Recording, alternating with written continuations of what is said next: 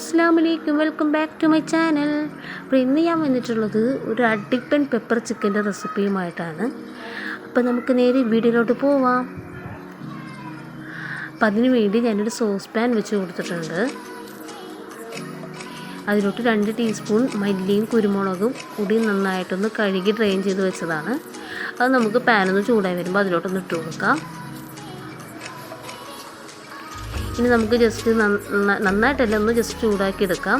അതിനുശേഷം 1 table spoon നല്ല ജീരകം, 2 ടേബിൾ സ്പൂൺ പെരിഞ്ജീരകവും കൂടി ഇട്ട് കൊടുത്തിട്ടുണ്ട്. ഇതെല്ലാം കൂടി നന്നായിട്ട് തന്നെ ഒന്ന് റോസ്റ്റ് ചെയ്തെടുക്കാം.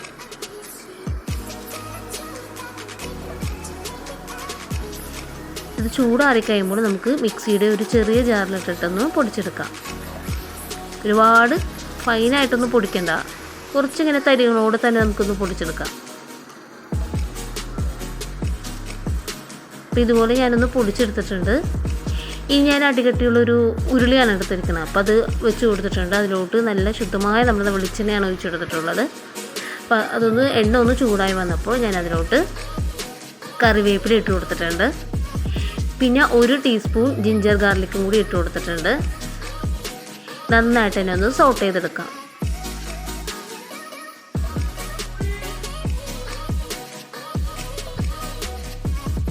ഇനി നമുക്കിതിലോട്ട് 2 പച്ചമുളകും കൂടി ഒന്ന് സ്ലൈസ് ചെയ്ത് ഇട്ട് കൊടുക്കാം കേട്ടോ. ഇനി ഞാനിതിലോട്ട് എടുത്തിരിക്കുന്നത്, നമുക്കിതിന് അത്യാവശ്യം ഗ്രേവി വേണമല്ലോ. 3 മീഡിയം ടൈപ്പ് സവാള ചെറിയ കഷ്ണങ്ങളായിട്ട് നുറുക്കിയതാണ്. ആവശ്യത്തിന് ഉപ്പും കൂടി ഇട്ട് കൊടുത്തിട്ടുണ്ട്. ഇനി നമുക്ക് ഈ സവാളയൊക്കെ ഒന്ന് വാടി വന്നവരെ ഒന്ന് വഴറ്റി കൊടുക്കാം കേട്ടോ.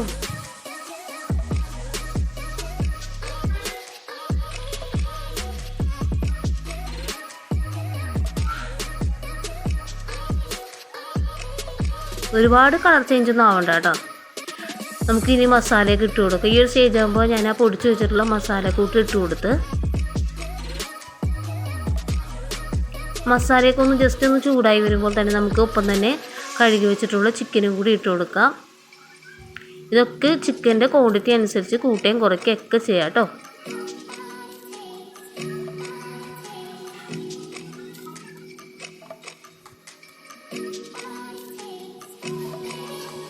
ഇനി ഞാനിതിലോട്ട് garam masala powder 1 teaspoon add ചെയ്ത് കൊടുക്കുന്നുണ്ട്. 2 ടീസ്പൂൺ മല്ലിപ്പൊടി ആഡ് ചെയ്ത് കൊടുക്കുന്നുണ്ട്. പിന്നെ 1 ടീസ്പൂൺ ചിക്കൻ മസാലയും കൂടി. ഇതെല്ലാം കൂടി ഇട്ട് കൊടുത്ത് ഇത് എൻ്റേതായ രീതിയിലാണ് ഞാൻ ചെയ്യുന്നത്.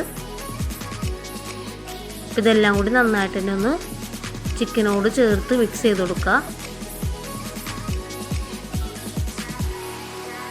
നമുക്ക് ഇതിലോട്ട് വളരെ കുറച്ച് മാത്രം വെള്ളം ഒഴിച്ച് കൊടുക്കാം. നമ്മൾ ചിക്കനിൽ നിന്നൊക്കെ എന്തായാലും വെള്ളമൊക്കെ ഇറങ്ങി വരുന്നതുകൊണ്ട് തന്നെ ഒരുപാട് വെള്ളമൊന്നും ആവശ്യമില്ല. നമ്മൾ ഉപ്പ് ഇടുമ്പോൾ ആവശ്യത്തിന് ആദ്യം തന്നെ ഇട്ടേക്കണം, പിന്നീട് ഇടണ്ടല്ലോ. അങ്ങനെ നമുക്ക് മൂടി വെച്ചൊരു 8 മുതൽ ഒരു 12 മിനിറ്റ് വരെ നമുക്കൊന്ന് വേവിച്ചെടുക്കാം കേട്ടോ, വളരെ കുറച്ച് വെച്ചിട്ട്. അങ്ങനെ നമ്മുടെ ടേസ്റ്റി ആയിട്ടുള്ള പെപ്പർ ചിക്കൻ ഇവിടെ റെഡി ആയിട്ടുണ്ട്. വറ്റിച്ചെടുക്കണമെങ്കിൽ വേണമെങ്കിൽ ഇനിയും വറ്റിച്ചെടുക്കാം കേട്ടോ. അപ്പോൾ നമുക്ക് നെക്സ്റ്റ് വീഡിയോയിൽ കാണാം. Okay, by.